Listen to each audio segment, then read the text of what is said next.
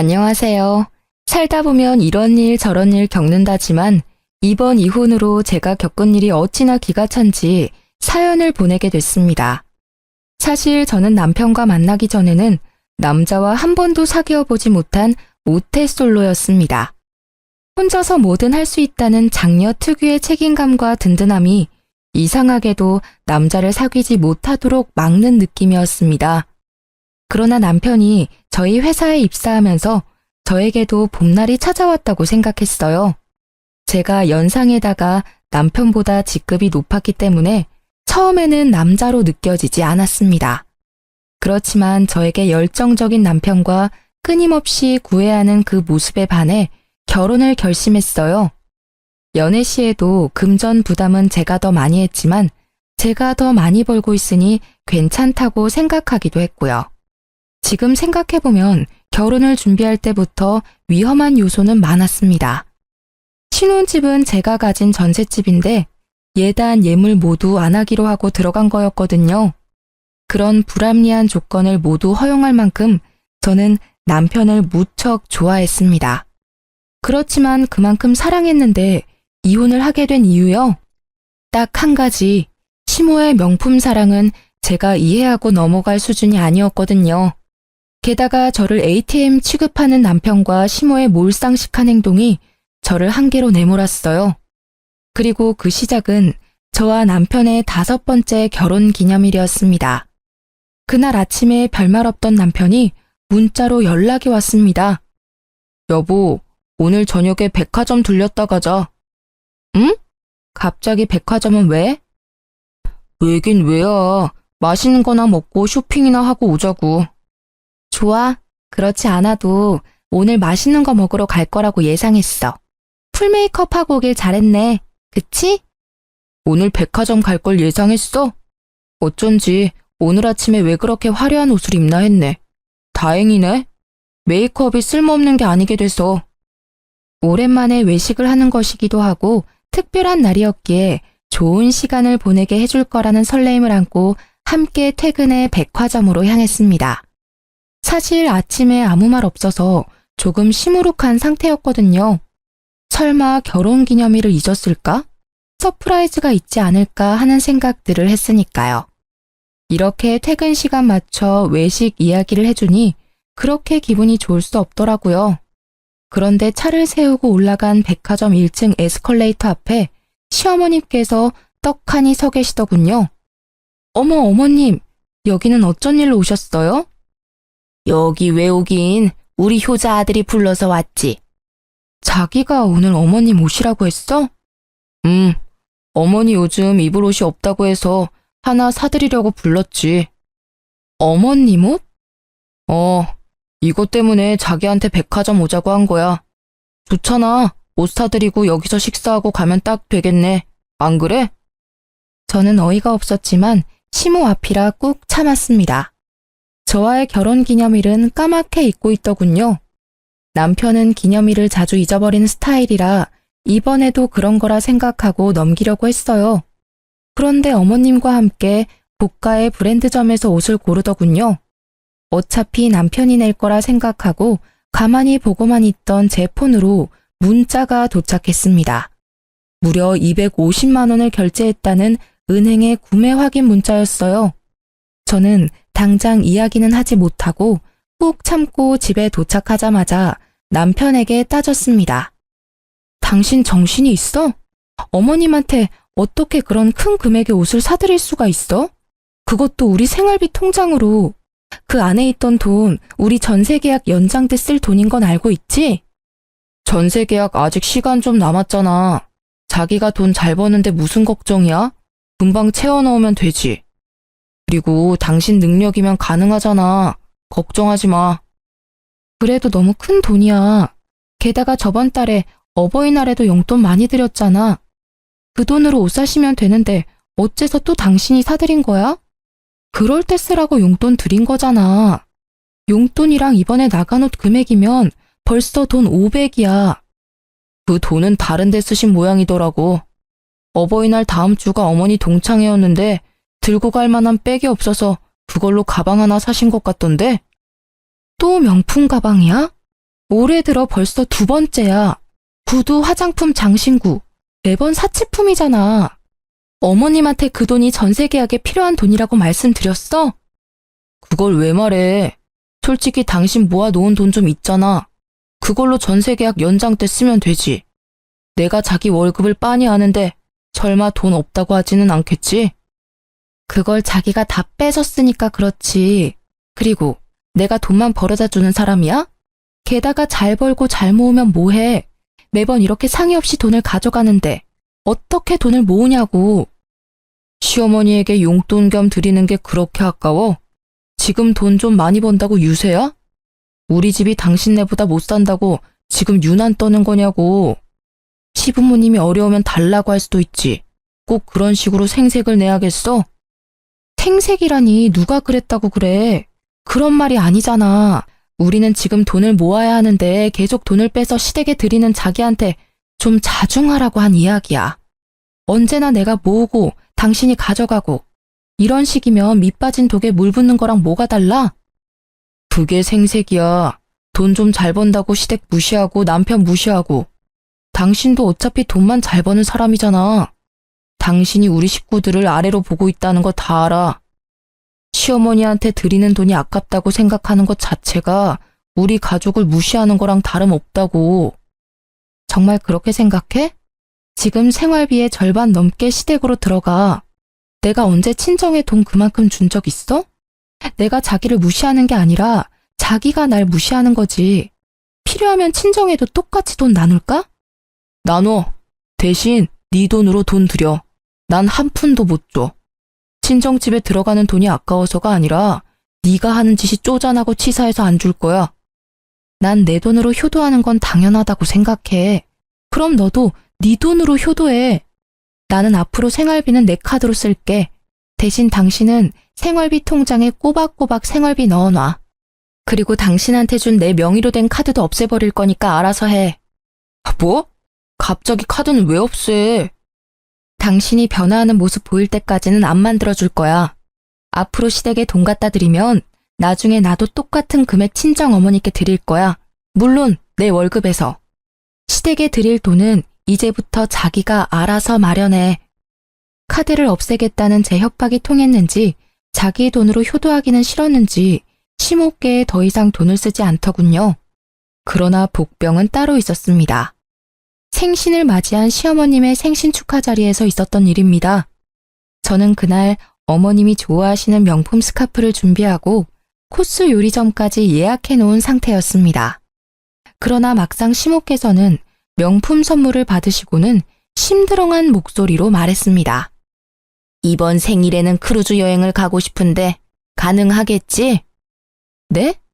무슨 말씀이신지. 이번 생일 말이야. 우리 개원들이 크루즈 여행을 간다지 뭐니. 나만 빠질 수도 없잖아. 당신 또 그 소리야? 내가 안 된다고 했는데 왜 애들한테 그 얘기를 꺼내? 아니, 돈 잘 버는 며느리가 있는데 그 정도도 못한다 그러면 남들 욕해요. 게다가 나 혼자 가는 거라 돈도 얼마 안 드는데 왜 당신이 가라 마라 난리예요? 돈 1,000만 원이 얼마 안 들어? 그리고 가려면 당신 돈으로 가지 왜 애들한테 손을 벌려? 내가 무슨 돈이 있어요? 며느리가 뭐라고 했는지 아들놈도 용돈이라고는 한 푼도 안 주는데. 지금껏 며느리가 자기 손으로 돈 준 거 본 적 있어요? 내가 뭐라도 사달라고 해야 겨우 사줬다고요. 당신이 졸라서 받았으면 그걸로 된 거지. 시어머니가 돼가지고는 만날 때마다 돈. 당신은 대체 어른이 돼가지고 언제쯤 제정신 차릴 건데? 아우, 답답해. 예, 며느라가. 네가 대답해봐. 내가 요구하는 게 너무하다고 생각하니? 다른 사람들은 며느리 사위가 비용 부담한다는데 내가 그 친구들 틈에서 못 간다 그러면 너랑 네 남편은 뭐가 되니? 시모 여행 하나 안 보내준 나쁜 며느리 아들밖에 더 돼? 시부모님이 싸우시는 걸 보는 것도 곤혹스러웠지만 그렇다고 1,000만 원이라는 금액을 선뜻 드릴 수도 없는 노릇이었습니다. 어머님, 죄송한데 저희도 금액이 너무 커서 당장 마련할 수는 없을 것 같아요. 저는 최대한 간곡히 돌려 말했습니다. 남편은 아무 말 없이 밥만 먹고 있으니 누군가는 대답을 해야 했어요.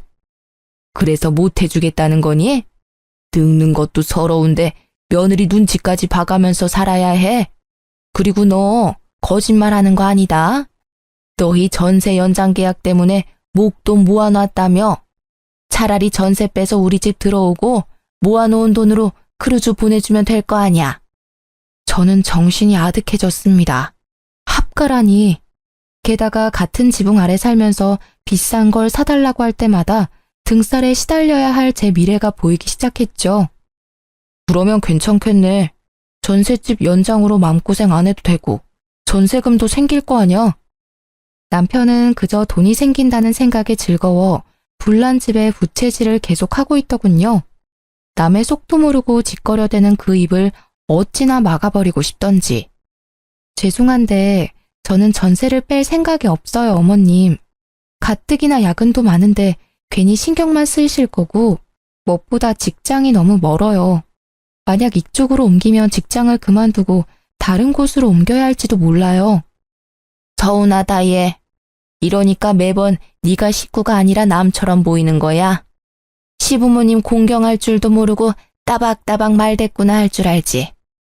죄송한데 어머님, 지금 착용하고 계신 옷, 가방, 구두, 귀걸이, 그리고 지금 손에 들고 계신 스카프까지 모두 제 월급에서 빠져나간 것들이에요. 딸 같은 며느리까지는 못 돼도 충분히 성의는 보였다고 생각하고 있어요. 여기서 크루즈까지 해드리면 올해 저희 생활에 타격이 커요. 네가 해줬다고 생색이니? 시어머니한테 이렇게 대놓고 이야기할 정도면 어지간히도 우리를 무시하는 거지. 넌 너희 엄마한테도 이런 식으로 말대꾸하고 사람 무안 주고 그래? 저희 어머니는 금전이나 물건을 요구하신 적이 없으세요. 그래서 제가 더 해드리고 싶은데도 못 해드리고 있고요. 그리고 말대꾸가 아니라 간곡히 말씀드리는 거예요. 저희는 정말로 크루즈 경비에 내드릴 돈이 없어요. 기가 막혀서 너 지금 나를 돈이나 요구하는 천박한 사람이라고 생각해? 됐어. 니네가 해준대도 내가 싫어. 앞으로 우리 집에 오지 마라. 너희한테 줄 생수도 아까우니까. 결국 화가 난 시모는 시부를 데리고 나가셨고 남겨진 저는 남편에게 한 소리를 들었습니다. 당신은 꼭 그런 식으로 말해야 돼? 좀 더 좋게 말할 수도 있잖아. 그냥 안 된다고만 하면 될걸. 꼬투리 잡듯 말을 해서 어머니가 화나셨잖아. 나도 화났어. 그럼 당신이 이야기하지 그랬어. 아까는 입 꾹 다물고 있더니 이제 와서 난리야. 게다가 어머님이 그렇게 쉽게 포기하실 분이야? 아님 자기 월급에서 빼서 드려. 그건 안 말릴 테니까. 진짜로 다시 생각해봐. 본가로 들어가면 돈도 아끼고 좋잖아. 너 살림에 신경 안 써도 되고 전세금 목돈도 생기고 그걸로 재테크하면 돈도 금방 벌어. 본가로 들어가면 돈이 더 들겠지. 멀리 사는 지금도 불러내서 명품 사서 계산 우리한테 하라고 하는데 같은 집에 살면 어떤 요구를 하실지 상상도 안 가. 당신이 어머님 요구 다 들어줄 자신 있으면 가. 나는 내 집에서 편하게 살 테니까. 결국 합가와 크루즈 이야기는 다행히 흐지부지 되었습니다. 그러나 어머님은 그 뒤로도 저와 남편을 불러내어 명품을 사드리는 행동을 멈추지 않았습니다. 이때까지만 해도 저는 이혼은 생각도 않고 있었어요. 그 사건이 터지기 전까지는요. 사실 제게는 남모를 고민이 하나 있었어요. 결혼 5년이 넘어가는데 애가 생기지 않는다는 거였습니다. 남편도 시댁도 그 문제로 저에게 말을 꺼낸 적이 없어서 다행으로 생각했습니다. 그리고 임신을 확인했을 때는 어찌나 기분이 좋던지 시댁분들께 가장 먼저 알려드렸어요. 그리고 다음 달 어머니께서 갑자기 저희 집에 찾아오셨습니다. 소원해졌던 사이였기에 시모의 방문에 살짝 긴장했었어요. 그렇지만 집에 오신 어머님의 태도는 예전과는 정반대더군요.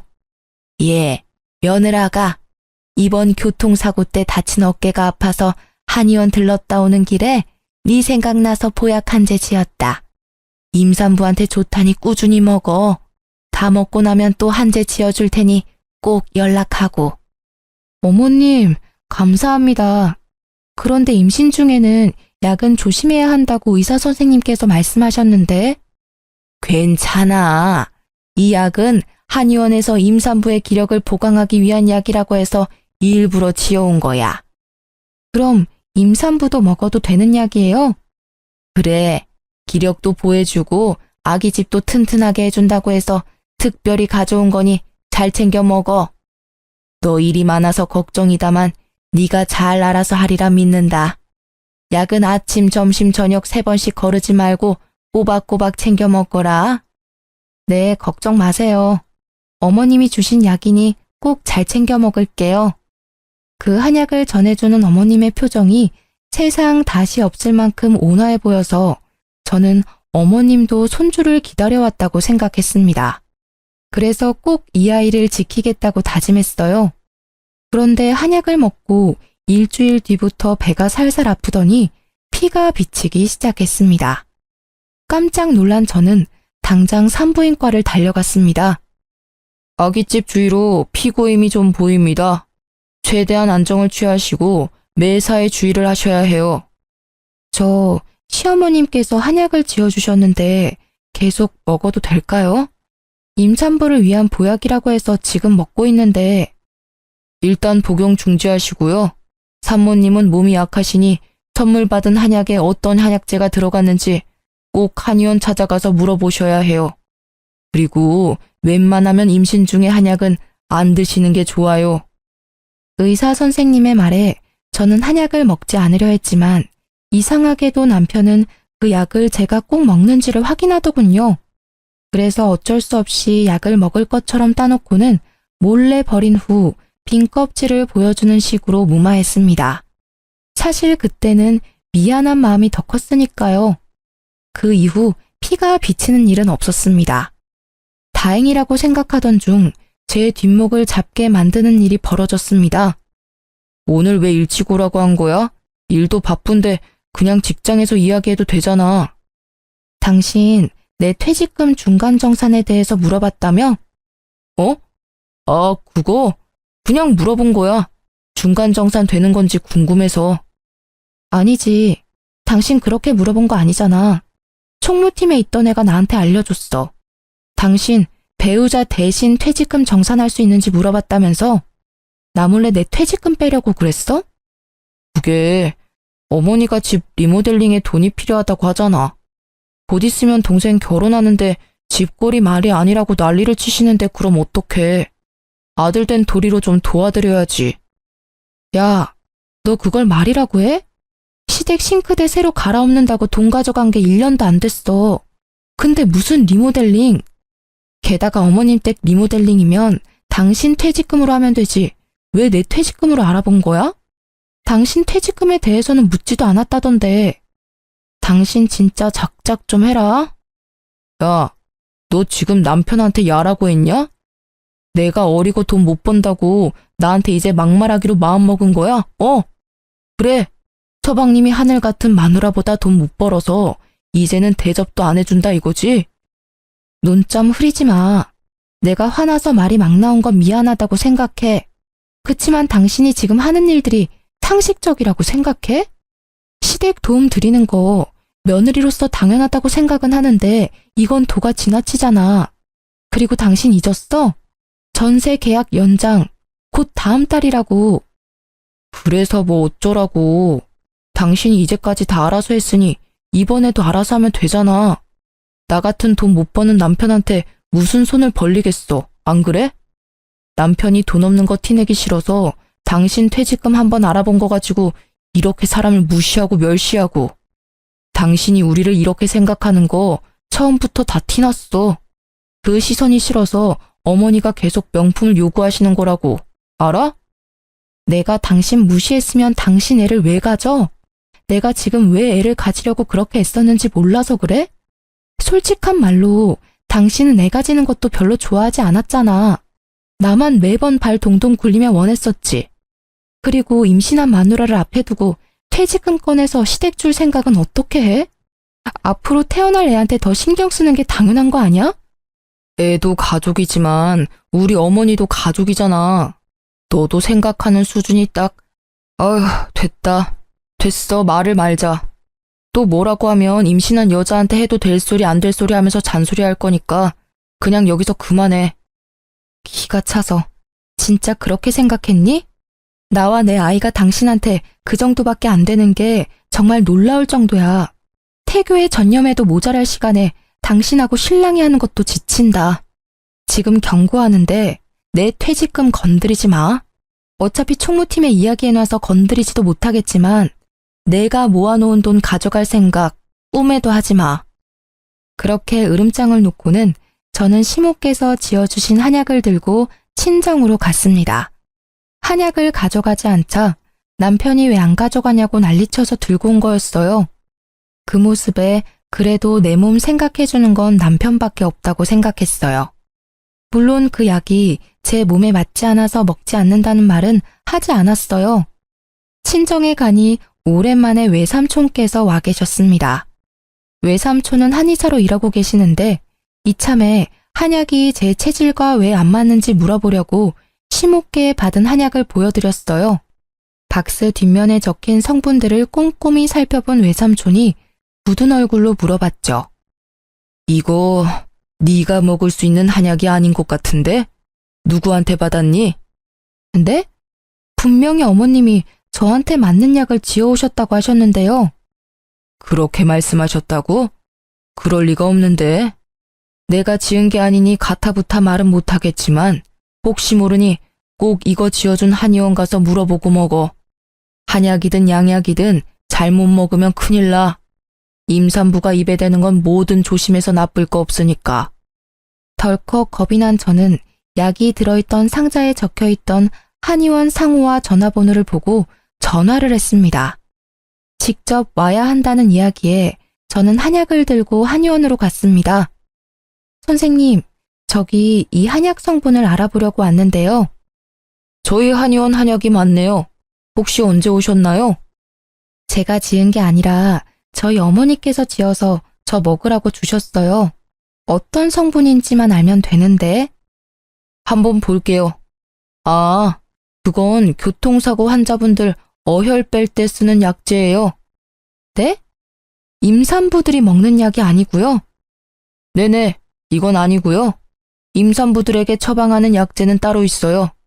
이 한약은 어혈을 제거해서 뭉쳐있는 피를 순환이 잘 되도록 만들어준다는 뜻이라서 자궁이나 임산부에게 맞는 한약재는 따로 있어요.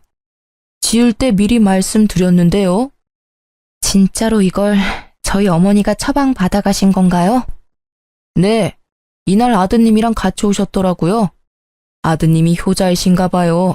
같이 오셔서 설명도 같이 듣고 계산도 하시던데요. 저는 분노와 배신감으로 치를 떨며 집으로 돌아왔습니다. 제 몸 상태에 전혀 맞지 않는 한약을 주신 시모와 그에 동조했을 남편. 저는 이해가 되지 않는 마음에 남편에게 물어보기로 했습니다. 뭐라도 말해줄 거라는 생각으로 남편의 퇴근 시간을 기다렸습니다. 뭐야, 왜 불도 안 켜놓고 집안에 귀신처럼 앉아있어? 당신, 이 한약 뭔지 알고 나한테 먹였지? 무슨 소리야. 그거 우리 엄마가 사다 주신 보약이잖아. 보약? 시침이 뗄래? 나 이 한의원 갔다 왔어. 무슨 약인지 다 듣고 왔다고. 나는 몰라. 엄마가 가서 처방받아온 약이라서. 그래서 무슨 약인데? 당신은 몰라? 말이 되는 소리를 해. 한의원에서 당신이 어머님이랑 같이 와서 설명 다 듣고 계산까지 해주고 갔다고 친절히 알려주던데. 그래도 모른다? 대단하네. 어떻게 그런 말도 안 되는 짓을 저질러? 아니, 나는 진짜로 말렸어. 그런데 엄마가 그래도 따지고 보면 다 당신 좋으라고 한 일이야. 봐, 당신이 임신, 출산, 육아휴직이라도 들어가면 경력도 단절될 수도 있고 또 육아휴직 후에 복귀도 못할 수 있잖아. 그런 걱정하는 마음에 어머니가 그렇게 하자고 한 거야. 그게 어떻게 나를 위한 거야. 말이 되는 소리를 좀 해. 이해가 하나도 안 돼. 내가 못 벌면 당신이 벌면 되잖아. 우리 아이야. 어렵게 가진 아이라고. 그런데 그런 아이를 이렇게 쉽게... 정상이니? 나는 당신만큼 돈 많이 못 벌잖아. 게다가 직급도 당신보다 낮고 여러모로 나보다는 자기가 일을 해야 생활이 돌아가니까 그래서 그런 거지. 정말로 다른 의도 같은 건 없어. 맹세할 수 있어. 다른 의도? 다른 의도라는 건 빨대 꽂을 사람 없어지는 걸 걱정하는 마음이라는 거겠지? 그런 식으로 말한 건 아니잖아. 막말로 육아가 얼마나 힘들어. 게다가 살림하면서 일하고 육아를 병행하는 게 얼마나 힘든지 여러 사람들한테 들어서 알잖아. 어떻게 당신한테 그런 일을 시켜? 그걸 나한테 다 시킬 생각이었어? 소름 돋는다, 진짜. 적어도 나한테 일을 시키고 싶으면 당신이 육아와 살림을 도맡아 한다고 그러지 그랬어. 그런 생각은 왜 못하는 거야? 아니, 그런 생각을 애초에 안 한 거겠지. 넌 편하게 돈이나 벌어다 줄 여자를 찾고 있었으니까. 아니야, 여보. 진짜로 아니야. 전부 어머니가 생각해낸 거야. 따지려면 내가 아니라 어머니한테 따져. 자신이 궁지에 몰리자 시모를 소환하는 남편을 보니 웃기지도 않았습니다. 그렇게 하면 자신이 저지른 짓이 없던 일이 될 거라고 믿었던 걸까요? 참으로 좁쌀 같은 그 마음과 다른 사람을 탓하는 못된 심보에 그나마 남아있던 정이 뚝 떨어지는 것을 느꼈습니다. 진심으로 눈앞의 남자가 하찮다는 생각이 들었습니다. 이런 남자와 결혼까지 한 내가 잠깐 정신이 나갔었나 하는 생각까지 들 정도였으니까요. 다 필요 없고 지금 당장 어머님 불러내서 밖에서 밥 먹으러 가. 갑자기 왜? 하라면 해. 직장에 와이프 돈이나 밝히는 천하의 몹쓸 놈이라고 소문나기 전에. 제 으름장에 남편은 시모께 전화를 걸었고 시모가 오기로 한 고급 요리집에 남편도 함께 보냈습니다. 그리고 저는 남편이 가는 걸 본 후 마대자루를 들고 시댁으로 향했습니다. 시모가 집에서 나오는 것을 확인한 저는 시댁으로 들어갔습니다. 아버님이 저의 방문을 보시더니 의아해하시면서도 문을 열어주셨습니다. 아가, 웬일이냐? 네 어머니 지금 집에 없는데? 괜찮아요, 아버님. 어머님 안 계시는 동안 잠깐 제가 맡아야 할 것들이 있어서요. 그렇게 말하고 저는 제 카드로 어머님께 사다 드린 명품들을 모두 마대자루에 넣었습니다. 가방, 구두, 옷, 액세서리까지. 넣다 보니 그간 내 돈으로 사들인 것들이 엄청 많더군요. 눈에 보이는 것만 집었는데도 이미 1년치 연봉이더라고요. 저는 한참 더 집을 뒤져 시모의 명품 컬렉션을 모두 마대자루에 담았습니다. 그리고 남편에게 전화해서 시댁으로 어머님 모시고 오라고 했습니다. 집에 들어온 제가 영문 모를 일들을 하고 있으니 시부께서 제게 묻더군요.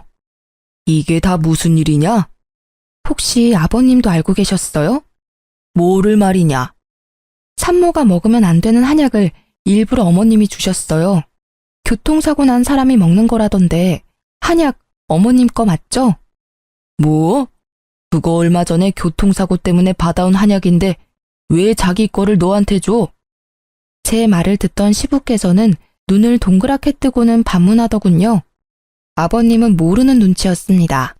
그게 다행이라고 해야 할지 불행이라고 해야 할지 알고 계셨다면 아버님 선에서 멈춰주셨을 텐데 말이죠.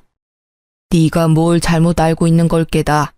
그 옆엔 내가 아무리 노망이 들어도 그런 짓을. 그런데 사실이었어요. 이미 남편한테 다 들었거든요.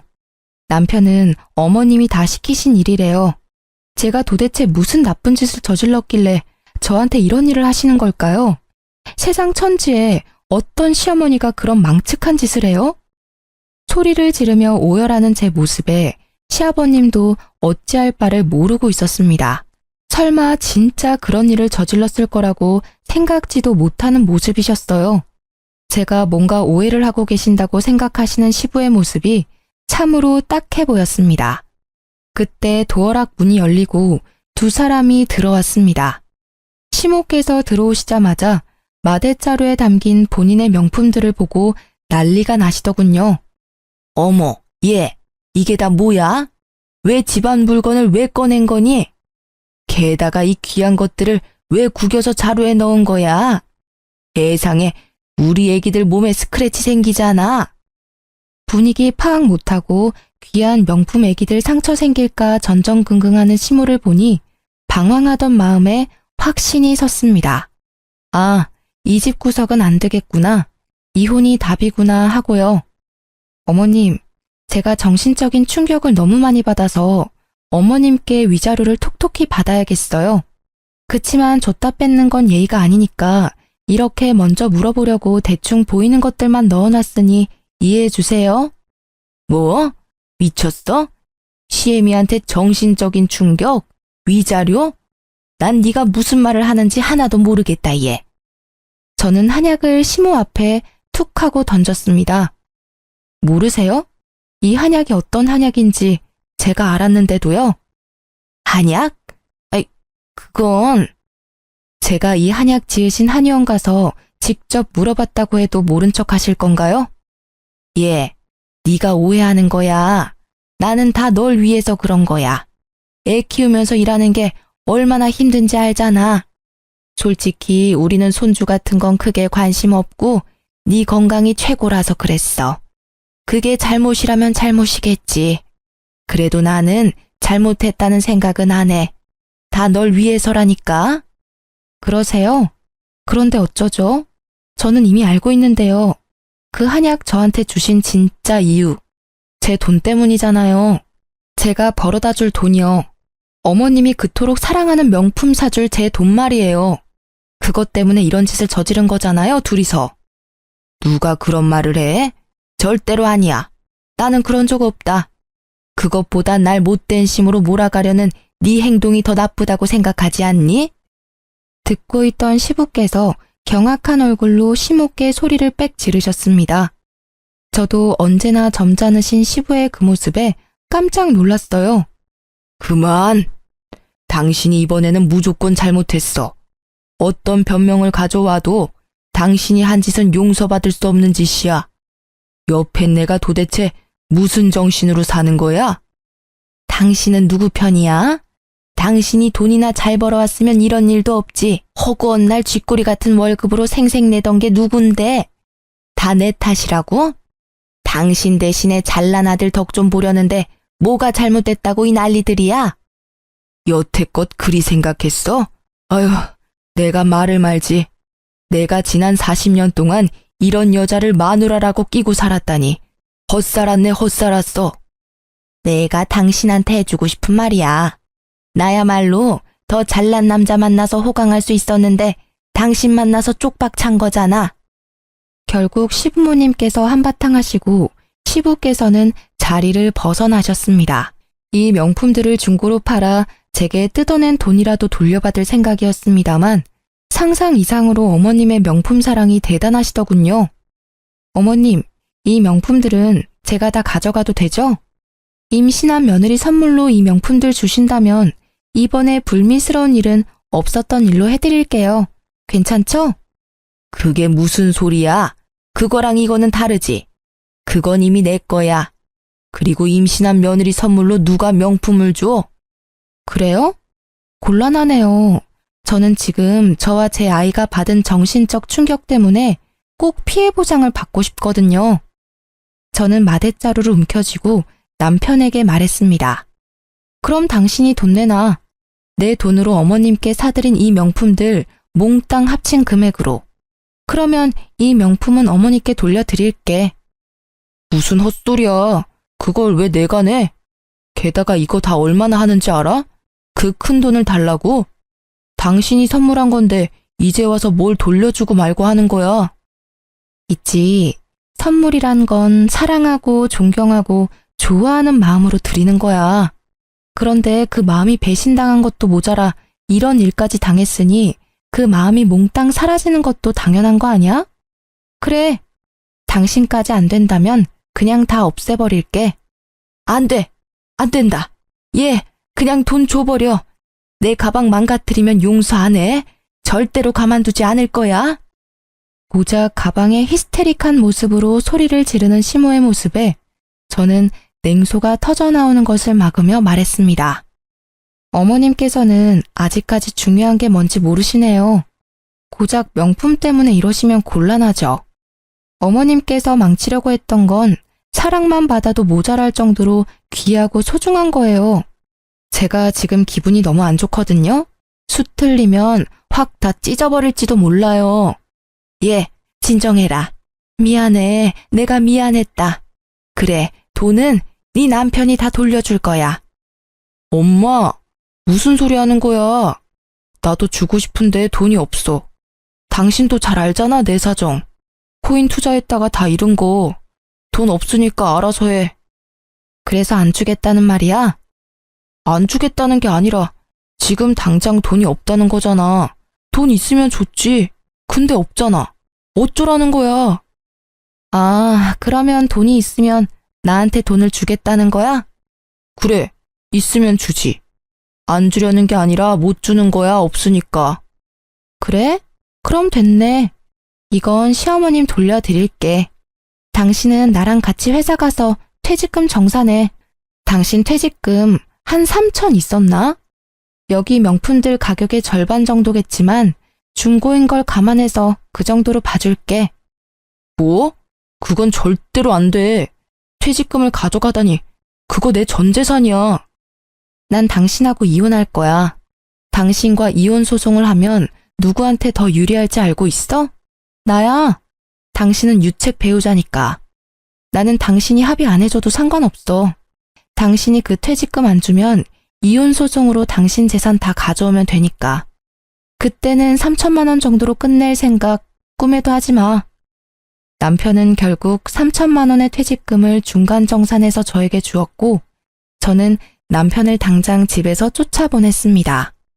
전셋집도 내가 마련했고, 이 집안에 있는 모든 게 내 돈으로 산 거니까 자기는 자기 물건 챙겨서 당신 집으로 가. 그리고 얌전히 이혼 서류나 기다리고 있어.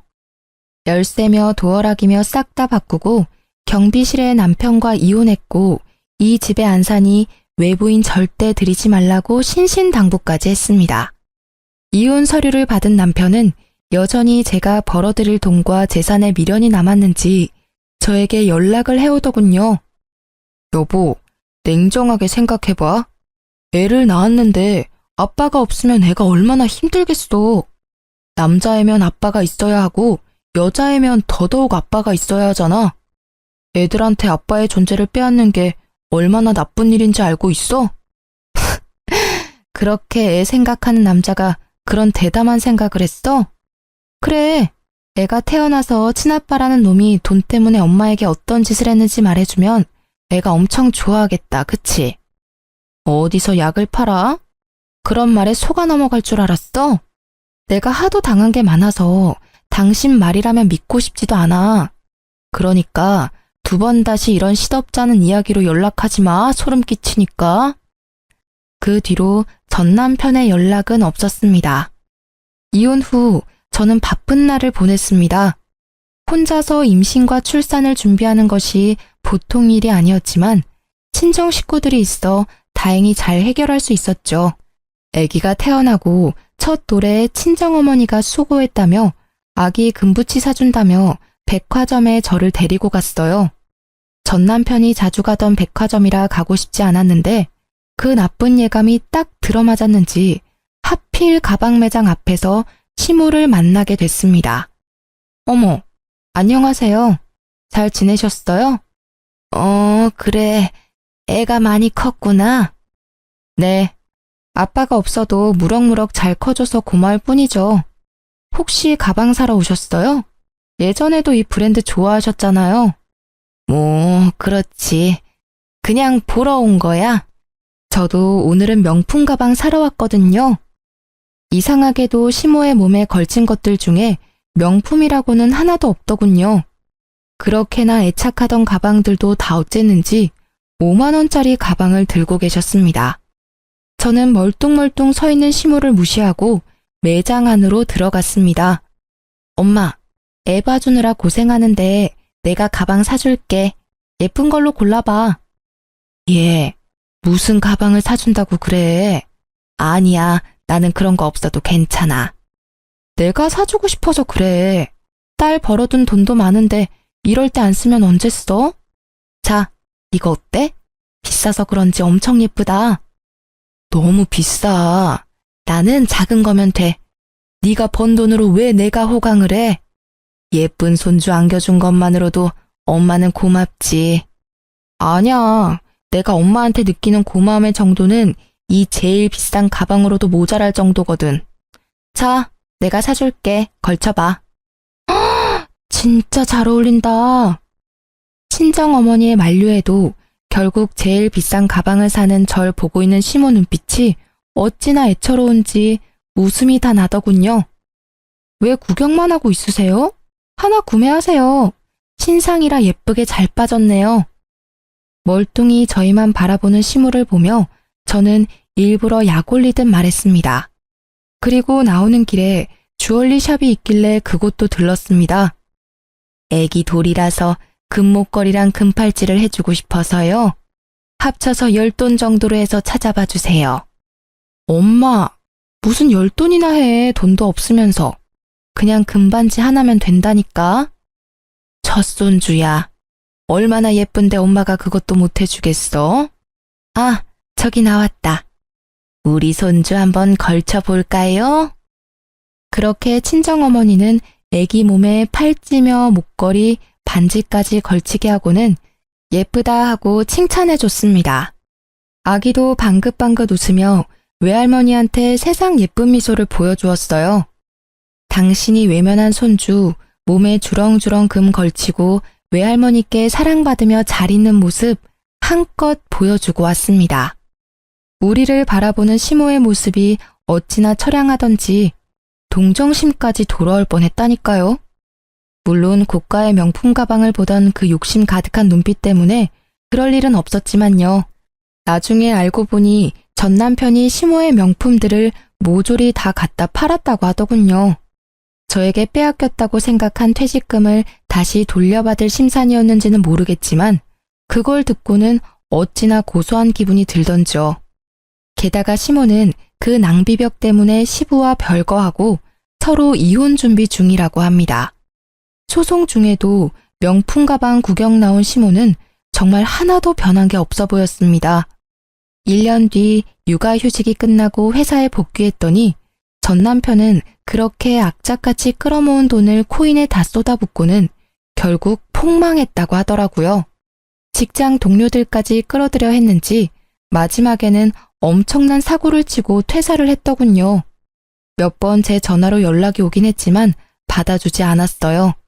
솔직히 예전 같으면 내가 보고 싶어서 전화했을 거야 라고 착각했겠지만 지금은 절대 그렇게 생각하지 않아요.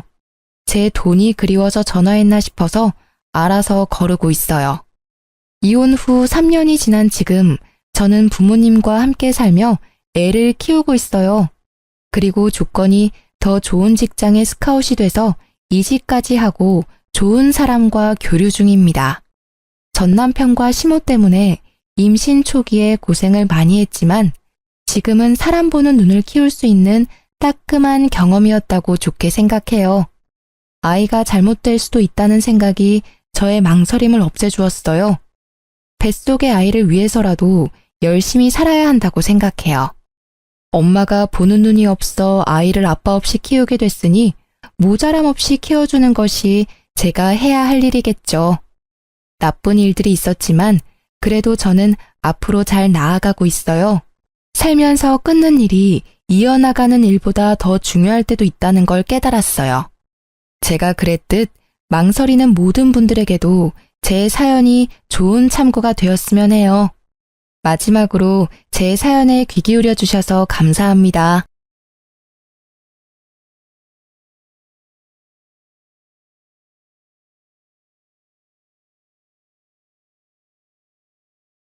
안녕하세요. 저는 40대 중반 여자입니다. 저는 아주 어릴 때부터 사회생활을 시작해서 지금까지 항상 바쁘게 살아오고 있어요. 그러다 보니 항상 일을 할 때는 라디오를 켜두곤 했었는데 요즘은 이곳의 사연을 듣는 재미에 푹 빠져서 힘든 줄도 모르고 일을 하네요. 여러 가지 이야기를 듣다 보니 저도 얼마 전에 겪었던 일을 한번 여러분께 털어놓고 싶은 마음이 들었답니다. 그러려면 거의 20년 가까이 묻어두고 다시는 들춰보지 않으리라 다짐했던 이야기까지 여러분께 들려드려야 할 것 같네요. 한번 시작해 볼게요. 저는 3년 전부터 요양보호사로 일을 하고 있는데요. 최근에 다른 요양병원으로 추천을 받아서 옮기게 되었답니다. 정말 힘들지만 또 한편으론 보람도 있고 저의 노후를 생각해 볼 수 있어서 감사하는 마음으로 열심히 하려고 생각을 했죠. 일을 끝내고 퇴근을 하려고 병원 복도를 지나는데 휠체어를 탄 아저씨가 저를 뚫어지게 보며 제 쪽으로 점점 다가오더라고요. 무슨 일이 있나 싶어 도와드리려고 저도 다가갔는데 아저씨의 얼굴을 본 순간 자리에서 얼어붙고 말았답니다. 바로 제 전남편이었기 때문이에요. 정말 당신이 맞네. 하나님이 내 기도를 들어주셨나? 꼭 한 번은 당신을 만나고 싶다고 매일 기도를 했어. 전남편은 무슨 이산가족 상봉이라도 하는 듯이 활짝 웃으며 제 쪽으로 팔을 뻗는 게 아니겠어요. 저는 너무 어이가 없어서 남편을 피해 뒷걸음질을 쳤죠. 사람 잘못 보신 것 같네요. 저는 얼른 이 자리를 피하고 싶어서 빠른 걸음으로 입구 쪽으로 걸어갔어요. 그때 전 남편이 저를 쫓아오려고 휠체어를 빨리 움직이다 그만 앞으로 고꾸라지고 말았죠. 주변에 사람이 아무도 없어서 결국 제가 가서 남편을 휠체어에 가 다시 앉혀야만 했어요. 당신 맞잖아. 여긴 어떻게 온 거야? 혹시 나 보려고 온 거야? 여보, 제발 내 얘기 좀 잠깐만 들어줘. 내가 다 잘못했어, 제발. 헤어진 게 10년은 훌쩍 넘었는데 여보라는 소리가 잘도 나오네. 역시 뻔뻔한 건 여전해. 할 말도 들을 말도 없으니까 저리 꺼져. 그렇게 전 남편을 두고 집으로 돌아와 한시름 놓을 수 있었지만 머릿속에서 내내 그 초췌하고 비참한 전 남편의 모습이 계속 생각이 나더라고요. 더불어서 그동안 전 남편 때문에 지옥같이 살았던 제 과거의 비참한 모습도 다시 떠올라 버렸죠. 이번 자리를 통해 다 털어놓고 이제 제발 모두 잊고 살고 싶은 마음이에요. 전 남편과의 악연이 시작된 건 20대 후반쯤이었어요. 저는 고등학교에 들어가자마자 단둘이 살던 아버지가 돌아가셔서 친척 집을 전전하며 학업을 마쳐야만 했어요. 그때 서러워서 흘린 눈물을 합친다면 한강도 모자랄 거예요. 저는 돈을 벌어야겠다는 생각으로 고등학교 졸업하자마자 대기업의 생산직으로 들어가서 일을 하기 시작했죠. 3교대를 해서 밤낮이 바뀌고 몸이 너무 힘들었지만 그만큼 점점 늘어나는 월급을 보며 하루하루 버틸 수 있었답니다. 그렇게 8년 가까이 일을 하니 어느새 선임이 돼서 한결 여유로워지더라고요. 어느 날 같이 일하는 친한 언니가 말을 하더라고요. 내가 매주 롤러스케이트 동호회 나가는데 같이 가볼래? 넌 맨날 일만 하고 사니? 바람 좀 쐬고 남자도 좀 만나고 그래야지. 얼굴도 이쁜 게. 내 처지에 무슨 남자야. 난 열심히 돈 모아서 내 힘으로 아파트 살 때까지 남자 안 만날 거야. 그러지 말고 이번에 한강 가서 탈 건데 같이 가자. 너 한강도 한 번도 안 가봤지? 저는 그렇게 언니 손에 이끌려 처음으로 동호회를 가봤네요. 신입이라 그런지 많은 회원들이 저한테 관심을 가져서 좀 부끄러웠는데 그 중에서도 눈에 띄게 잘생긴 남자 한 분이 보이더라고요. 역시나 여러 명의 여자들에게 둘러싸여 있어서 인기가 참 많은가 보다 했죠. 그런데 어느새 그 남자가 제 옆으로 다가와서는 롤러스케이트가 서툰 저를 가르쳐주고 알려주더라고요. 그렇게 대화를 나누게 되었고 매주 동호회에 갈 때마다 그분과 둘이 산책을 하며 롤러스케이트를 타는 날들이 이어졌죠. 저희는 그렇게 동호회 내에서 공식 커플이 되었고 2년의 시간을 연인으로 지냈답니다. 저는 처음 하는 연애여서 그런지 모든 게 새롭기만 했고 남자친구에게 그야말로 푹 빠져서 지냈던 것 같아요. 어느 날 남자친구가 저에게 반지를 불쑥 내밀더라고요. 우리 결혼하자. 난 일찍 결혼해서 너 닮은 딸 낳고 안정적으로 살고 싶어. 자기, 내 사정 잘 알면서 그래? 자기는 서울에 있는 대학교도 나왔고 지금 회사도 꽤 좋은 곳이잖아. 자기 가족이 나를 받아들이겠어? 나도 너랑 크게 다르지 않아. 홀어머니와 둘이 살고 있고 아직 회사 다닌 지 얼마 안 돼서 너보다 월급도 훨씬 적잖아. 네가 어디가 어때서? 자기 말 들어보면 어머님이 자기에 대한 기대가 크신 것 같은데 부모님도 없는 내가 마음에 드실 리가 없잖아. 난 반대하는 결혼 하고 싶지 않아. 우리 그냥 이대로 만나기만 해. 무슨 소리야. 난 너랑 연애만 하려고 만나는 거 아니야. 진지하게 만나고 있고 나도 많이 생각해서 결혼하자는 거야. 넌 나만 믿고 따라오면 돼. 저는 결혼을 원하지 않았지만 남자친구가 강하게 밀어붙여서 점점 남자친구와의 미래를 꿈꾸게 되고 행복한 가정을 꾸리고 싶다는 마음이 생기더라고요. 외로운 제 삶에 가족이 생기는 거니까 허락만 된다면 꼭 이루고 싶었죠. 그렇게 남자친구만을 믿고 시모와 처음으로 만나게 되었어요. 주말에 식당에서 만나게 되었는데 저를 보고는 아주 늘씬하고 예쁘다며 마음에 드신 듯한 모습이었어요. 그래서 좀 기대를 했었는데 곧 제 집안 사정과 직업을 들으시고는 얼굴이 구겨지시더라고요. 사실 내가 우리 아들 결혼은 생각해보지도 않아서 좀 당황스럽네. 오늘은 그냥 교제하는 친구 만나서 밥 한번 먹는 걸로 하고 결혼 얘기는 좀 천천히 하자. 아참, 내가 이 근처에서 약속이 있어서 금방 일어나야 될 것 같네. 시모는 만난 지 30분도 안 돼서 밥도 제대로 먹지 않고 나가버리더라고요. 엄마가 좀 마당발이시거든. 그래서 약속이 많으셔. 네가 이해해. 다음에 정식으로 인사드리자. 저는 본능적으로 시모가 저를 마음에 들어하지 않는다는 걸 느낄 수 있었어요. 아니나 다를까 다음날 모르는 번호로 전화가 오더라고요. 나 영준이 엄마인데 지금 당장 어제 만났던 그 식당 옆에 커피숍으로 튀어와. 대뜸 전화해서 거칠게 명령하는 식으로 말을 하길래 너무 당황스러웠지만 일단 나갈 수밖에 없었죠. 시모는 나이답지 않게 날씬하고 외모를 엄청 꾸미는 것 같았어요. 젊었을 땐 정말 예뻤겠다 싶었고 남자친구의 잘생긴 외모가 시모에게 물려받은 것 같았답니다. 시모는 저를 보자마자 무슨 벌레를 보듯이 인상을 팍 쓰더라고요. 쓰잘데기 없는 인사는 건너뛰고 본론만 말아마. 당장 우리 아들한테서 떨어져라. 네?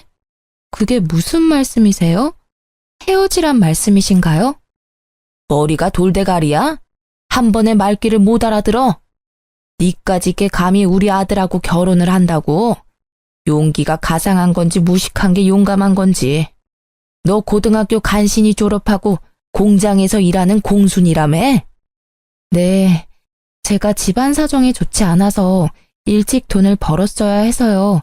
하지만 저 지금 연봉도 높고 관리직으로 승진도 했어요.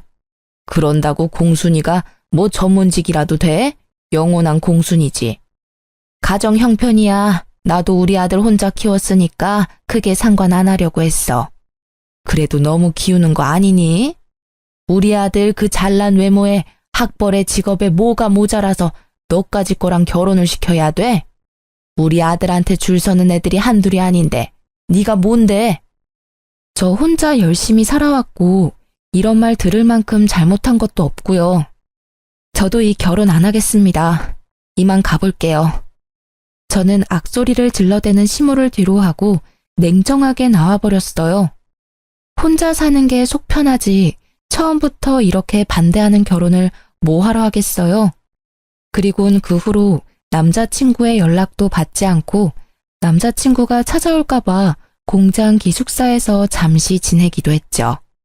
그러자 남자친구는 같이 동호회에 나가는 언니의 도움을 받아서 저한테 계속 연락을 하고 기숙사로 몰래 들어오기까지 했답니다.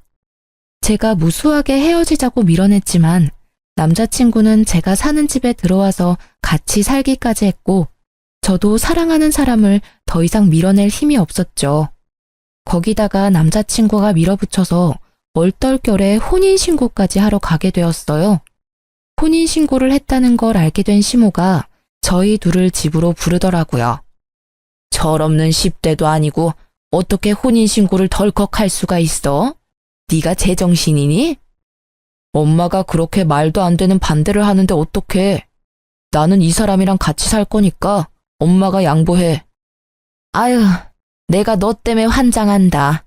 어쩜 그렇게 다혈질이 네 아버지를 빼닮았니?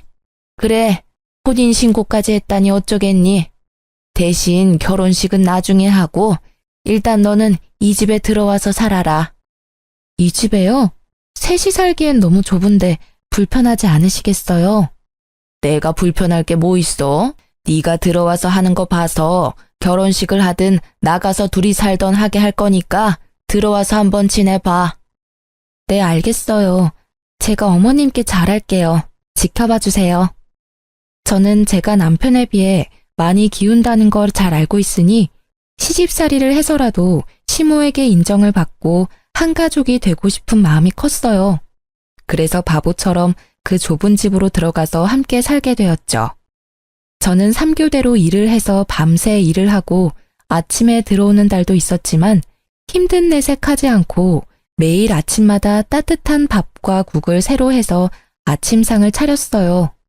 지금 생각하면 참 바보 같고 쓸데없는 짓이었지만 그때 당시에는 그렇게 매일 밥을 해서 남편을 먹이는 것도 행복했고 매일 하면 언젠간 시모도 저를 인정해 줄 거라는 희망이 있었던 것 같아요. 혼자 살다 보니 사실 요리를 잘하는 편은 아니었지만 시모가 가정교육도 못 받았다는 말을 하지 않도록 주변 언니들한테 물어보고 배워서 매일 다른 반찬을 만들려고 노력했었죠. 남편도 처음엔 감동하고 고마워하더니 시간이 지날수록 아침상을 받는 걸 당연하게 생각하는 것 같았어요. 나중엔 반찬이 허술하다고 저를 타박하기도 했었으니까요. 그뿐만 아니라 청소며 빨래며 모두 제 차지였고 퇴근하고 집안일까지 하면 매일 자정을 넘겨서야 쉴 수 있었어요. 시모는 비교적 젊었지만 아무런 일을 하지 않았는데 뭐가 그리 바쁜지 매일 약속 있다고 나가더라고요. 제가 들어오기 전까지는 어떻게 집안일을 한 건지 단 한 번도 도와주지도 않았죠. 혼자 살 때는 일만 하고 나머지 시간은 혼자 쉬면서 저만의 일상을 보냈는데 결혼을 하고 나니 제가 모든 집안일을 떠맡아서 너무 힘들고 피곤했어요. 하지만 제가 자발적으로 시집살이를 하겠다고 기어들어왔으니 누구에게 하소연을 할 수도 없었고 제 가슴만 썩어 문드러져 가고 있었답니다. 결혼한 지 얼마 되지 않아 시모는 저한테 매달 용돈을 달라고 요구하기 시작했죠. 네가 우리 아들보다 돈도 더 잘 번다며?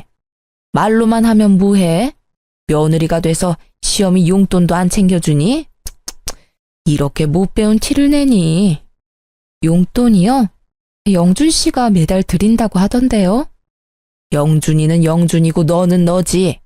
돈 자랑 그렇게 하더니 왜 입을 싹 닦아? 당장 오늘부터 매달 50만 원씩 보내라. 지금도 시부모님 용돈으로 50만 원씩이라고 하면 적은 돈은 아니잖아요. 10여 년 전엔 더 큰 돈이었는데 저는 어쩔 수 없이 시모에게 매달 돈을 줘야만 했어요. 그것도 남편에게는 말하지 말라고 해서 비밀로 하고 줘야만 했죠. 시모에게 돈을 주다 보니 막상 제가 쓸 돈도 모자르고 저축은 전혀 할 수가 없게 되었답니다. 저는 제가 할 수 있는 건 최선을 다해서 시모와 남편에게 해주려고 노력했어요. 정성을 들이면 언젠가는 제 진심이 통할 거라는 바보 같은 생각이었죠. 하지만 매번 돌아오는 건 천의 고아의 무식한 공순이라는 시모의 비아냥뿐이었답니다. 그렇게 열정적이었던 남편도 막상 같이 살게 되자 눈에 띄게 사랑이 식어가는 게 보일 정도로 차갑게 굴기 시작했죠. 매일 주어진 일을 해나갔지만 뭔가 잘못된 게 아닐까라는 생각으로 머릿속이 복잡해졌답니다. 어느 날 퇴근하고 집에 돌아오는데 맞은편에서 시모와 시모 지인들이 떠들썩하게 수다를 떨면서 걸어가는 게 보였죠. 저는 반가운 마음에 시모에게 종종 걸음으로 다가갔는데 저를 발견한 시모가 정색을 하더니 저를 모르는 척 쓱 지나가 버리는 거 있죠. 저는 너무 황당해서 점점 멀어지는 시모만 넋놓고 바라볼 수밖에 없었어요. 기운이 빠져서 힘없이 집에 들어오니 먼저 와 있던 시모가 저한테 물건을 막 던지며 소리를 지르는 게 아니겠어요?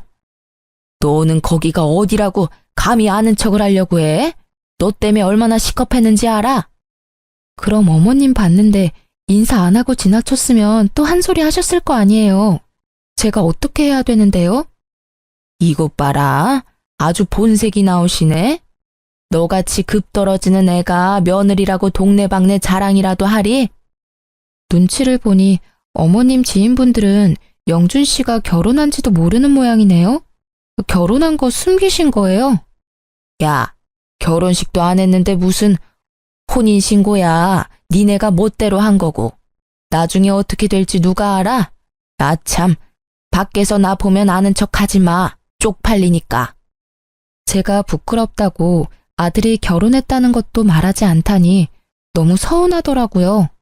제가 무슨 숨겨놓은 여자도 아니고 나쁜 짓을 한 것도 아닌데 이렇게 당당하지 못하게 살아야 할 이유가 있나 싶었죠. 저녁에 남편에게 말하니 황당하게도 시모 편을 들더라고요. 결혼식을 해야 축의금도 받고 떳떳하게 밝힐 수가 있는 거지. 사실 지금이야 동거라고 봐야지. 동거? 혼인신고까지 해놓고 그렇게 무책임하게 말할 거야? 그럼 결혼식은 언제 할 건데? 차일피일 미루기만 하고 있잖아. 아, 좀 기다리라고. 나 곧 이직할 건데 회사 사람들한테 축의금 받긴 좀 그렇잖아. 이직? 그런 말 없었잖아. 멀쩡히 잘 다니던 회사를 왜 옮겨? 아, 그런 게 있어. 너한테 일일이 다 말해야 돼? 피곤하게. 말하면 뭐 알아듣기는 하고. 근데 너 옷꼬라지가 이게 뭐야? 같이 산다고 너무 막 하는 거 아니야? 완전 아줌마 다 됐네. 말 다 했어? 퇴근하자마자 청소하고 밥 차리고 설거지 해봐. 피곤해서 씻을 힘도 없어. 도와줄 생각은 안 하고 이제 내 외모 지적이야? 아니, 좀 꾸미면 예쁜 걸 알아서 그러는 거지. 아, 말 대답 좀 그만해. 피곤해 죽겠는데.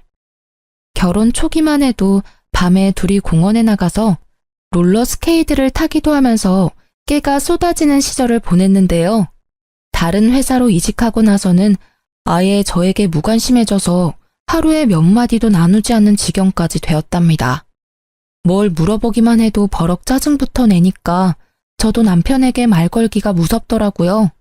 결혼식도 못하고 무슨 숨겨놓은 여자 취급을 하니 저도 너무 억울하고 점점 결혼 생활에 회의를 느끼게 되었죠. 그러다가 시모에게 더욱 정 떨어지는 일이 생기게 되는데요. 시모가 들었던 계모임의 계주가 돈을 들고 야반도주를 했다는 거예요.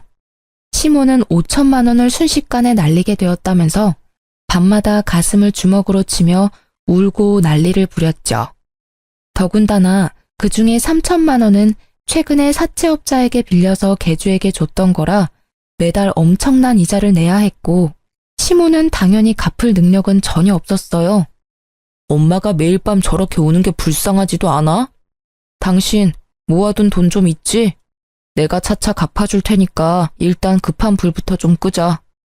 그거 갚으려면 나도 적금 깨야 돼. 내가 얼마나 힘들게 모은 건데. 그깟 돈보다 시어머니 건강이 우선 아니야? 아, 당장 돌아가실 것 같이 구시는데 일단 적금 좀 깨. 내가 매달 갚아줄게. 넌 내가 깡패들한테 잡혀갔으면 좋겠지? 며느리라는 게 어쩜 그렇게 야박해? 하나뿐인 시어미한테 그깟 돈 좀 못 해주니? 적금 좀 깨면 어때? 다시 부으면 되지.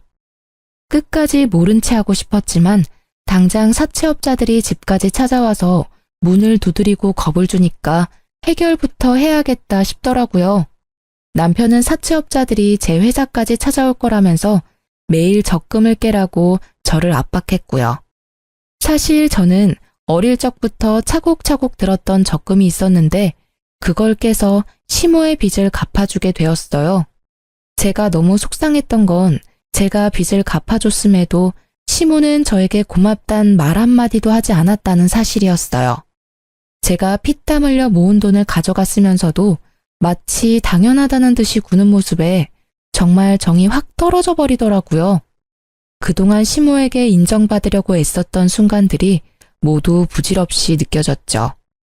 사실 아무도 저를 잡지 않는데 저만 이 집에서 나가버리면 두 사람과의 인연은 바로 끝나버릴 수 있을 것 같더라고요. 그런 고민을 하는 와중에 저에게 소중한 생명이 찾아오게 되었답니다. 너무나 갑작스러웠지만 남편은 제가 임신했다는 걸 알고 무척 기뻐하더라고요. 예전처럼 다정한 남편의 모습으로 돌아온 듯했고 살뜰히 저를 챙겨주기 시작했어요. 그걸 보는 시모는 영 못마땅한 표정이었죠.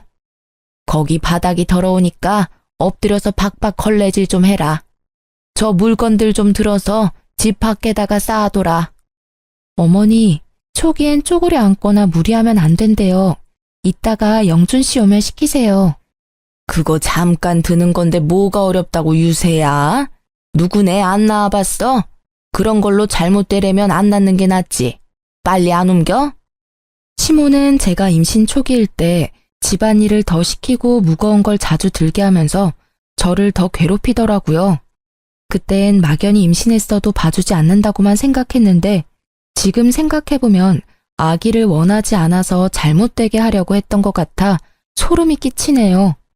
저는 건강하게 아기를 낳고 싶어서 회사도 휴직했고 제 돈으로 맛있는 거 사 먹어가면서 아기를 지켜나갔어요. 그렇게 남편을 닮아 코가 오똑한 아들을 품에 안을 수 있었답니다. 아들을 낳고 품 안에 처음 안아본 날이 제 인생에서 가장 행복한 날이었어요. 그동안 시모와 남편에게 철없고 서운했던 건 모두 잊고 아기와 함께 한 가족으로 잘 살아보려고 다짐도 했었죠. 그렇게 집에서 아기를 돌보는데 빌라가 너무 좁아서 거실에서 아기와 생활하다 보면 물건들이 가득 차서 발 디딜 틈도 없더라고요. 화장실이 너무 좁아서 아기 욕조 놓고 목욕시키기도 너무 힘들었어요. 남편은 새로 이직한 회사 일로 바빠서 매일 밤 늦게 들어왔고 시모는 단 한 번도 육아를 도와주지 않았어요. 정말 매정할 정도로 아기 얼굴도 잘 쳐다보지 않더라고요. 아무리 제가 미워도 자신의 손주한테까지 이렇게 정이 없을 수가 있는지 기가 찼죠. 어머니, 저 잠깐 밥 좀 먹게 아기 좀 봐주실 수 있을까요? 혼자 잘 누워있고만 뭘 봐? 애 앞에 두고 밥에 국 말아서 후루룩 마시면 되지. 요즘 영준 씨도 매일같이 늦게 들어와서 저 혼자 하루 종일 아기를 보려니 너무 힘들어서요. 저 씻은 지도 며칠 됐어요. 잠깐만 좀 봐주세요. 네 애를 네가 봐야지 왜 나한테 봐달래? 내가 언제 손주 낳아달라든? 네가 좋아서 낳은 걸 가지고 왜 나한테 떠넘겨? 나 나가야 돼. 비켜. 아무도 도와주는 사람 없이 하루 종일 아기와 씨름하려니 정말 미쳐버리겠더라고요. 그나마 믿을 사람은 남편뿐인데 남편은 밤에 아기가 울어서 짜증이 난다면서 어느 날부턴 외박까지 일삼기 시작했죠. 주말에 저는 새벽부터 일어나서 아기를 보고 있는데 남편은 태평하게 늦잠을 자는 걸 보니 부하가 치밀어 올라 남편을 흔들어 깨웠어요. 주말엔 아기 좀 봐야지 언제까지 잘 건데 내가 얼마나 힘든 줄 알아? 나 혼자 애 만들었어. 아빠라는 인간이 어쩜 그렇게 애를 쳐다도 안 봐. 당신은 귀찮다고 외박하고 다니고 도대체 어디에 있다 오는 거야? 아, 정말 귀찮게. 일하다가 늦어지면 외박도 하는 거지. 너 지금 일 안 하잖아. 그럼 네가 애를 보는 게 맞는 거 아니야? 그래, 이렇게 나온다 이거지.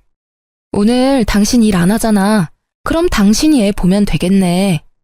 저는 남편에게 아기를 안겨버리고 지갑만 챙겨서 집을 나와버렸어요. 남편이 계속 전화를 해댔지만 다 무시해버리고 하루를 여관에서 혼자 보냈죠. 오랜만에 혼자 있으니 몸은 참 편했지만 아기가 걱정이 돼서 마음이 너무 불편했어요. 결국 다음날 오전에 집으로 들어갔죠. 집 안으로 들어가자 시모가 우는 아기를 안고 어쩔 줄 몰라 하고 있고 남편은 아기가 토한 우유를 닦고 있더라고요. 저를 발견한 시모가 악을 쓰면서 저에게 아기를 거칠게 넘겨주었답니다. 무식해도 정도가 있지. 어디 베어먹지 못하게 애를 두고 나가? 너 때문에 내가 얼마나 고생을 했는지 알아? 아우, 삭신이야. 야, 이러고도 네가 엄마냐? 애를 버리고 나가? 너 진짜 무서운 애였구나. 오히려 잘 됐어. 어젯밤 덕에 너랑 갈라서야겠다는 확신이 들었다. 당장 헤어지자. 뭐? 헤어져? 고작 하루 애 두고 나갔다고 이혼을 하자고? 제정신이야? 너나 애나 다 지겨워. 집에 들어오는 게 지긋지긋해. 애초에 너는 나랑 급이 안 맞는 애였어. 내가 뭐에 씌었었나 보다. 이제야 네가 제정신으로 돌아왔구나. 그러게 엄마가 계속 말했잖아. 쟤는 아니라고. 애까지 낳고 이게 뭐니? 저는 분노가 치밀어 올라서 주체가 안 되더라고요. 저는 남편의 뺨을 사정없이 세게 내리쳤어요. 지금 말 다 했어? 내가 지금까지 어떤 마음으로 견뎠는데. 뭐? 급이 안 맞아? 네가 얼마나 대단한데 나한테 그딴 말을 해? 이게 미쳤나? 누굴 때려? 잔뜩 흥분한 남편이 신발장에 있던 롤러스케이트를 저한테 던졌어요. 단단한 바퀴가 제 머리를 강타했고 저는 비명을 지르며 손으로 머리를 감쌌죠. 그때 손에서 축축한 느낌이 들어서 손을 보니 피가 잔뜩 묻어나왔어요. 찢어진 이마가 아픈 것보다 남편과 저를 이어주었던 롤러스케이트에 얻어맞은 제 모습에 가슴이 무너져 내리더라고요. 시모는 벌써 나가버려서 자취를 감췄고 남편은 제 피에 놀랐는지 주춤대다가 그대로 현관문을 열고 나가버렸답니다. 아기는 얼굴이 벌개져서 악을 쓰며 울고 저는 피를 철철 흘리며 남편이 나간 현관문을 뚫어지게 노려보았어요. 저는 충격과 배신감으로 한참 움직이지 못하고 있다가 아기 울음에 정신을 차려서 일단 손을 씻고 아기를 달래기 시작했죠. 이마에서는 계속 피가 흘러내리고 있었고 아기가 조용해진 뒤에야 저는 혼자서 지혈을 해서 간신히 피를 멈출 수 있었답니다. 그렇게 며칠이 지났고 시모도 남편도 집에 들어오지 않더라고요. 저는 혼자 미친 사람처럼 서럽게 울면서도 아기를 돌봐야 했고 너무 힘들어서 결국 친한 언니에게 연락을 했답니다. 언니는 한 걸음에 집으로 달려와 주었어요. 세상에, 이게 무슨 일이야? 너 얼굴이 왜 이러니? 나한테 연락을 했어야지. 아니, 그 나쁜 자식이 밖에선 그렇게 착한 척을 하면서 널 이렇게 만들었단 말이야? 언니, 나 아직 병원에도 못 가봐서 병원 좀 갔다가 남편 좀 만나고 올게. 그동안 우리 애기 좀 봐줄 수 있어? 당연하지. 너 밥은 먹었어? 세상에, 피죽도 못 얻어먹은 것처럼 삐쩍 말라서는. 이런 몸으로 애기한테 계속 젖을 준 거야? 이 미련한 거사. 언니는 냉장고에 있던 재료로 죽을 만들어서 억지로 저에게 먹였죠. 저는 언니 덕에 병원에 가서 찢어진 이마 치료를 받고 남편의 회사로 찾아갔답니다. 제가 건물 앞에 도착했을 때 마치 짠 것처럼 남편이 그 앞에서 고급 승용차에서 내리더라고요. 남편이 문을 열어주자 고급 투피스를 빼입은 여자가 미소를 지으며 내렸어요.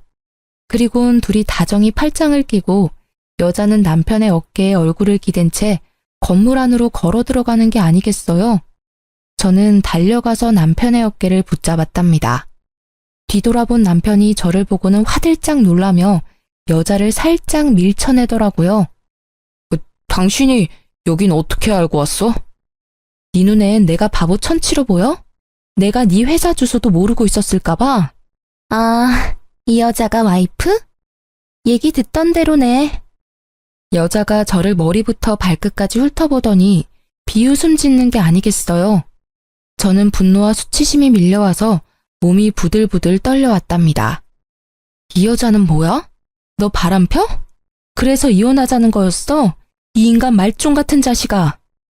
남의 회사 앞에서 소란 피우지 말고 진정 좀 해요. 이러니까 급 떨어진다는 소리나 듣지. 그래요. 우리 사랑하는 사이니까 그쪽이 양보 좀 해서 이혼 좀 해줘요. 내가 위로금은 섭섭지 않게 줄 테니까. 뭐라고? 넌 뭐 얼마나 대단한데 나를 무시해? 그래봤자 상간녀 주제에. 저는 여자의 긴 머리채를 잡고 마구 흔들기 시작했어요. 여자는 저보다 키가 작아서 저를 막지 못하고 마구 휘둘리며 비명만 질러댔죠. 남편이 그런 저를 말리려고 제 손을 마구잡이로 던지더라고요. 제가 멈추지 않자 저를 세게 밀쳐서 저는 바닥으로 고꾸라졌죠. 여자를 껴안고 머리카락을 쓸어넘기는 남편을 보고 부하가 치밀어서 남편에게 달려들었어요. 지금 생각해보면 며칠을 굶고 죽밖에 못 먹었던 제가 어디서 그런 힘이 나왔는지 모르겠어요. 악에 받쳐서 그런 행동을 할 수 있었던 거였겠죠. 저는 남편의 머리를 마구 뜯기 시작했고 곧바로 남편 뺨을 사정없이 때려댔죠. 이번에는 상간녀가 제 허리를 잡고 뜯어말리더라고요. 점점 사람들이 몰려들자 상간녀가 곤란해하는 게 바로 느껴졌어요. 그래서 더욱더 남편에게 달려들어 물귀신처럼 매달리기 시작했고 사람들이 우리를 둥글게 구경을 하기 시작하더라고요. 저는 이때다 싶어 큰 소리로 말했죠. 남의 남편이랑 바람을 폈으면 싹싹 빌어도 모자랄 판에 돈 줄 테니까 이혼하라고? 그래, 어디 한번 얼마를 줄지 기대하고 있을 테니까 보따리로 한번 싸갖고 와봐. 상간녀 주제에 고상한 척 잘난 척 하지 말고. 저는 긴 머리로 얼굴을 필사적으로 가리는 상간녀를 팍 밀치고 건물을 나왔죠. 집으로 돌아오는 내내 눈물이 주체할 수 없이 흐르더라고요. 아기 때문에 화가 나서 이혼이란 말이 튀어나왔을 거라고 생각했는데 남편에게 다른 여자가 생겼다니 믿어지지가 않더라고요. 거기다 내 초라한 몰골과 비교가 되게 화려하고 고상한 모습을 보니 비참하고 제 자신에게도 화가 얼마나 나던지요. 제 인생에서 남자는 남편 한 사람뿐이었고 그래서 저의 모든 것을 남편을 위해 희생했었는데 그야말로 헌신짝이 되어버린 거니까요. 더군다나 갓난쟁이 아기까지 있으니 어떻게 살아가야 하는지 막막했어요. 다음 날 얘기를 다 들었는지 시모가 집으로 왔더라고요. 그동안 어디서 지냈던 건지 아주 얼굴이 더 좋아졌고 비싸 보이는 옷을 입고 있었어요. 너 어제 영준이 회사 가서 난리를 쳤다며? 그렇게 못 배운 티를 내고 싶니? 우리 한 사장이 너 때문에 얼마나 곤란해졌는 줄 알아? 그 상간녀가 한 사장이에요? 그 회사 사장이라고요? 상간녀라니 말 조심 못해? 얼마나 대단한 분인 줄 알아? 영준이보다 4살 많은데 그 큰 회사 대표에다 재산이 어마무시하다. 그런 여자가 좋다는데 어떤 남자가 마다해? 이제야 기억이 나네요. 영준 씨한테 그 회사 소개한 거 어머님이죠? 일부러 그런 거죠? 손주까지 있는데 어머니가 사람이에요? 소개해준다고 다 정분나냐? 둘이 잘 될 팔자였으니까 그런 거지. 더 말할 거 없고 이렇게 된 거 한 사장이 두둑히 챙겨준다고 할 때 이혼해. 애랑 살려면 돈이 있어야 할 거 아니야. 현실적으로 생각을 좀 하라고. 그래도 어머니 손주인데 어쩜 그렇게 정이 없으세요? 이혼하면 다신 손주 안 보실 거죠? 어차피 재혼하면 자식이야 또 생길 텐데 지금 정리 안 하면 나중에 분란만 생긴다. 네가 원해서 낳은 애니까 네가 키워라. 나나 영준이는 미련 없으니까 친권이며 양육권이며 싹 다 네가 가져가고 이혼만 해줘라. 육아하느라 정신이 없어서 남편이 했던 말을 흘려들었었는데 이제야 기억이 나더라고요. 그동안 남편이 자기 회사 대표가 대단하다면서 칭찬을 많이 했었고 저랑 비교도 많이 했었거든요. 저는 당연히 남자일 줄 알고 신경도 안 썼는데 그 상간녀였던 거죠. 시모는 어떤 모임에서 상간녀를 알게 됐는데 상간녀가 몇 년 전에 이혼을 했다는 걸 알고 남편을 그 회사로 이직하라고 계속 꼬드겼던 거죠. 시모의 소원대로 얼굴이 반반한 남편에게 상간녀가 관심을 갖게 됐고 결국 넘지 말아야 할 선까지 넘어버리게 된 것이었고요. 시모는 이 집을 나가서 상간녀가 마련해준 아파트에서 호의호식을 하며 지내고 있었던 거죠. 그러니 제가 얼마나 눈의 가시처럼 여겨졌을까요? 제가 순순히 이혼 안 하면 어쩔 건데요? 돈에 눈이 돌아서 아주 쥐도 새도 모르게 어떻게 해버릴 것 같네요. 내가 누구 좋으라고 이혼을 해요? 이혼 안 하면 마음 떠난 남편 붙들고 내 구박받으면서 계속 이렇게 살 거야? 애를 생각해서라도 잘 생각해라. 한 사장 마음 바뀌기 전에. 이번에는 급에 맞는 며느리 얻으셔서 아주 좋으시겠네요. 대단한 며느리 모시고 어디 한번 잘 살아보세요. 어머님이 제 눈에서 피눈물 나게 했으니까 어머니도 언젠가 피눈물 흘리면서 후회할 날이 올 거예요. 내가 눈 똑똑히 뜨고 지켜볼 거고요. 저는 그 길로 아기를 데리고 그 집을 나와버렸답니다. 시모 말대로 이미 끝난 인연을 아기 때문에 미련하게 붙잡고 있기도 싫었고 남편이나 시모 얼굴도 다시는 보고 싶지 않을 만큼 끔찍했거든요. 합의 이혼하고 확정이 된 날에 참 어이가 없는 게 셋이 살던 그 좁은 빌라 명의도 제 이름으로 바꿔주고 상간녀가 바로 1억을 입금해 주더라고요. 돈을 막 써도 될 만큼 많아서 그런 건지 아님 그만큼 남편에게 빠져서 그런 건지는 몰라도 저는 20년을 벌어도 못 모을 돈을 한 번에 보내주니 참 기가 막혔답니다. 너무 원통하고 분하고 제 지난 시간이 후회되었지만 아기와 살 길이 막막했기에 그 돈을 받을 수밖에 없었어요. 저는 셋이 살던 그 빌라가 치떨리게 싫어서 바로 팔아버리고 그 돈과 1억을 합쳐서 서울의 아파트를 구입해서 아기와 둘이 살아가게 되었답니다. 혼자의 몸으로 갓난아기를 키우며 사는 건 정말 고통스러울 정도로 힘들었죠. 저는 잠깐씩만 일할 수 있는 식당 아르바이트를 해서 돈을 벌다가 아기가 유치원에 다닐 수 있게 되자 좀 숨통이 튀어 작은 건설 회사의 경리로 일을 하기 시작했어요.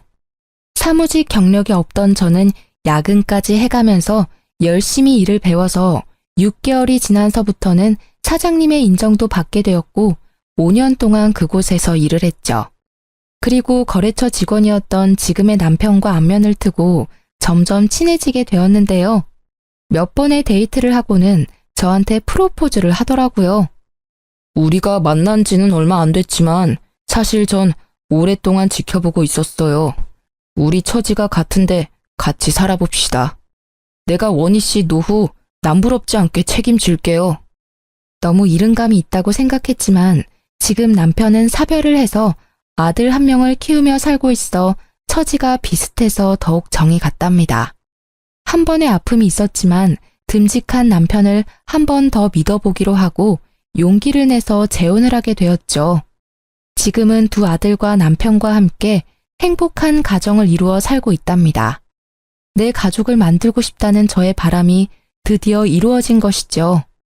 남편은 기술직이라 연봉이 높은 편이고 제가 예전에 사놓은 서울의 아파트의 월세만으로도 일을 안 해도 될 정도인데요. 저는 평생을 일을 해서 그런지 전업주부로 사는 게 오히려 더 힘들더라고요. 그래서 요즘 많이 한다는 요양보호사 자격증을 따서 요양병원에서 일을 하게 되었답니다. 어디서나 성실하게 일을 하기에 이번에도 인정을 받아서 다른 요양병원으로 더 좋은 대우를 받고 옮겨보기로 한 거였는데요. 그곳에서 생각만 해도 치가 떨리는 전 남편을 만나게 된 것이었죠. 제가 전 남편을 보고 너무 충격을 받았던 건 전 남편이 두 다리가 없다는 사실이었어요. 그런 모습을 하고 있으리라곤 상상도 하지 못했었는데 말이죠. 두 다리가 없는 전 남편을 부축해서 휠체어에 앉히고 나니 무릎이 덜덜 떨리더라고요. 그런 제 표정을 읽었는지 전 남편이 황급하게 말을 해나갔죠. 당신한테 못할 짓을 해서 내가 벌을 받았어. 당신이랑 이혼하고 그 여자랑 바로 결혼식을 했어. 어머니 소원대로 대단하게 치렀지. 신혼여행 다녀와서 새벽에 공항에서 집으로 올 때 크게 사고를 당했어. 그때 두 다리를 잃었지. 당신이 얼마나 그리웠는지 몰라. 나랑 이혼한 순간부터 그쪽이랑 나는 남보다 못한 사이예요. 그쪽이 어떻게 되든 아무 관심이 없다고. 전 남편은 초췌한 얼굴로 눈물을 절절 흘리면서 팔을 연신 제 쪽으로 뻗어대더라고요. 저는 그 모습조차 소름이 끼쳐서 계속 한 발짝씩 뒷걸음질 쳤어요. 당신도 내가 싫지? 그 여자는 많이 다치지 않았었는데 내 다리가 없단 걸 알고는 뒤도 안 보고 가버리더라고. 결혼식만 했지 혼인신고도 안 해서 가는 걸 막을 수가 없었어. 그 후로 어머니가 내 기저귀 갈아가며 간병하시느라 고생 많이 하셨는데 작년에 갑자기 뇌출혈로 돌아가셨어. 그래서 요양원으로 들어온 거야. 태어난 손주 기저귀 한 번도 안 갈아주더니 다리 잃은 아들의 대소변을 받아가며 간병했었다는 시모야말로 자업자득이라 해야 할까요?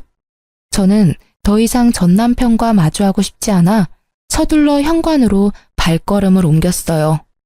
전 남편이 저를 따라오면서 계속 불러대더라고요. 여보, 잠깐 기다려줘. 할 말이 있어. 제발. 우리 아들은 지금 어디 있어? 내가 매일 우리 아들 생각하며 울다 잠들어. 우리 아들 얼굴 한번 볼 수 있을까? 내 소원이야. 내가 왜 그쪽 소원을 들어줘야 돼? 그리고 당신이 나랑 아기를 버린 이후로 당신 아들은 이 세상에 없는 거야. 다시는 우리 아들이란 말 짓거리지 마. 매일 당신이랑 우리 아들만 생각하며 살았어. 언젠가 다시 만날 수만 있다면 당신에게 벌인 짓을 용서를 빌고 싶었어. 여보, 미안해. 제발 용서해줘. 다시 날 받아줄 순 없을까? 용서 좋아하네. 다리까지 잃었으면 사람이 될 만도 한데 예전이나 지금이나 어쩌면 그렇게 이기적이야? 내가 아직도 너만 바라보고 사는 등신인 줄 알아? 난 진작에 재혼해서 지금 남편이랑 행복하게 살고 있어. 넌 평생 네가 만든 지옥에 갇혀서 잘 살아봐. 저는 전 남편에게 차갑게 쏘아붙이고 병원 문을 나섰어요. 이참에 병원도 그만두고 좀 쉬어야겠다고 마음을 먹었죠. 병원 밖 주차장에서 지금의 남편과 학교를 마친 아들들이 웃으며 손을 흔들고 있더라고요. 저는 혹시나 전 남편이 볼까 무서워 병원 쪽을 뒤돌아봤는데 아니나 다를까 저를 찾으려고 전 남편이 휠체어를 끌고 밖으로 나오더라고요. 저는 승용차 쪽으로 달려가서 얼른 아들을 차에 타게 하고 급하게 차를 출발시켰답니다. 영문을 모르고 급하게 운전하는 남편과 무슨 일 있냐고 묻는 아들들의 물음에 차마 대답할 수가 없더라고요. 그렇게 헤어지고 마지막으로 전 남편을 마주쳤고 그 후론 보지 못했죠. 어릴 때부터 외로운 인생을 살았던 제가 갓난아기와 함께 버려져서 또다시 혼자 이 세상의 풍파를 겪어내야 했을 때 정말 이 세상에 대한 끈을 놓아버리고 싶었던 적이 한두 번이 아니었는데요. 그 아픔을 다 견딜 수 있었던 건 저의 하나뿐인 아들 덕이었죠. 시모와 전 남편의 처참한 말로를 보니 역시 사람이 죄를 지으면 안 된다는 걸 다시 한번 느끼게 되네요. 그리고 그동안 저의 아픔도 어느 정도 보상을 받은 기분이 들어요. 이번에 제 이야기를 털어놓은 것을 시작으로 전 남편에 대한 건 모두 잊어버리고 지금의 남편과 두 아들과 함께 지지고 볶으며 행복하게 살아볼게요. 여러분도 항상 행복하시길 바라면서 이야기를 마치겠습니다. 감사합니다.